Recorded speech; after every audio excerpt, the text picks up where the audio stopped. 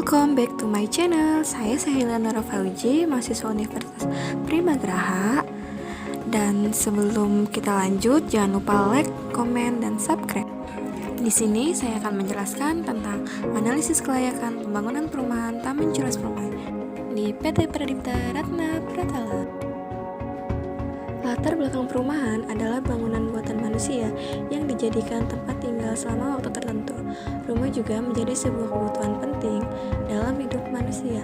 Sebagai salah satu kebutuhan premier bagi kehidupan manusia, rumah tidak lagi hanya sekadar tempat berlindung, namun sudah merupakan bagian hidup yang mencakup banyak pengaruh.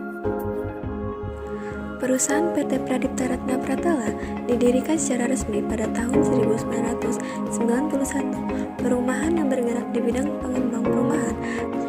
Visinya menjadi perusahaan pengembang terbaik, terpercaya, dan terkemukakan di Indonesia, serta mampu berkompetisi dalam pasar global. Visinya meningkatkan profesional dalam membangun sumber daya manusia. Selanjutnya, studi kelayakan bisnis adalah suatu kegiatan yang mempelajari secara mendalam tentang suatu usaha atau bisnis yang akan dijalankan dalam rangka menentukan layak atau tidaknya usaha tersebut dijalankan, artinya meliputi secara sungguh-sungguh data dan informasi yang ada, kemudian diukur, dihitung, dan dengan metode-metode tertentu.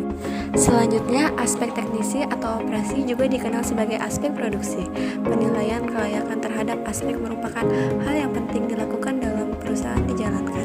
Lokasi tempat usahanya itu lokasi proyek berada di Jalan Raya Serang, Jakarta, kilometer 5, Pelawat Ciruas, Serang, Banten. Selanjutnya, aspek manajemen.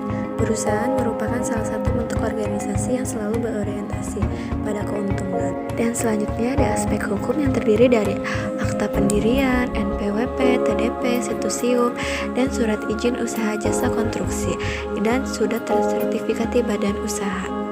Selanjutnya ada aspek lingkungan hidup yang terdiri dari dampak usaha terhadap lingkungan. 1. Dampak terhadap lingkungan sekitar. 2. Luas wilayah yang terkena dampak. Selanjutnya ada laporan AMDAL. Untuk sanitasi air, selokan diletakkan di tengah jalan utama perumahan. Jadi setiap rumah memiliki bak kontrol solokan. Posisi solokan tertimbun jalan dan dialirkan ke area pertanian sebelah perumahan.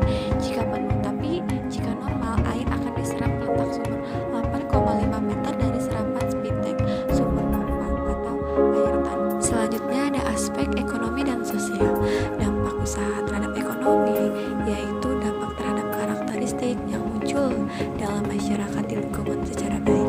Sosial maupun ekonomi berkaitan dengan hal tersebut diperlukan adanya suatu variabel untuk dapat melihat kondisi sosial ekonomi masyarakat. Dan ada juga dampak usaha sosial, yaitu perubahan perkembangan, perubahan yang terjadi di tempat di mana perubahan-perubahan itu masih dapat dilaksanakan di tempat itu dengan tidak perlu mengadakan suatu perpindahan. Selanjutnya ada aspek keuangan, adalah untuk menentukan rencana investasi melalui perhitungan biaya dan manfaat yang diharapkan dan dibandingkan antara pengeluaran dan pendapatan, seperti terbatasnya persediaan dana, biaya modal, kemampuan proyek untuk membayar kembali dana tersebut dalam waktu yang telah ditentukan, dan menilai apakah proyek akan dapat berkembang terus.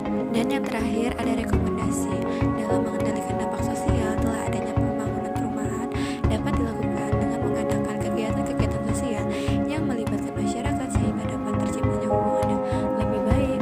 Jadi kesimpulannya, produk dapat diketahui bahwa pasar potensialnya menginginkan prioritas utama dari perumahan, yaitu perumahan memakai konsep minimalis dan modern. Mungkin itu aja yang bisa saya sampaikan, kurang lebihnya mohon maaf. Terima kasih.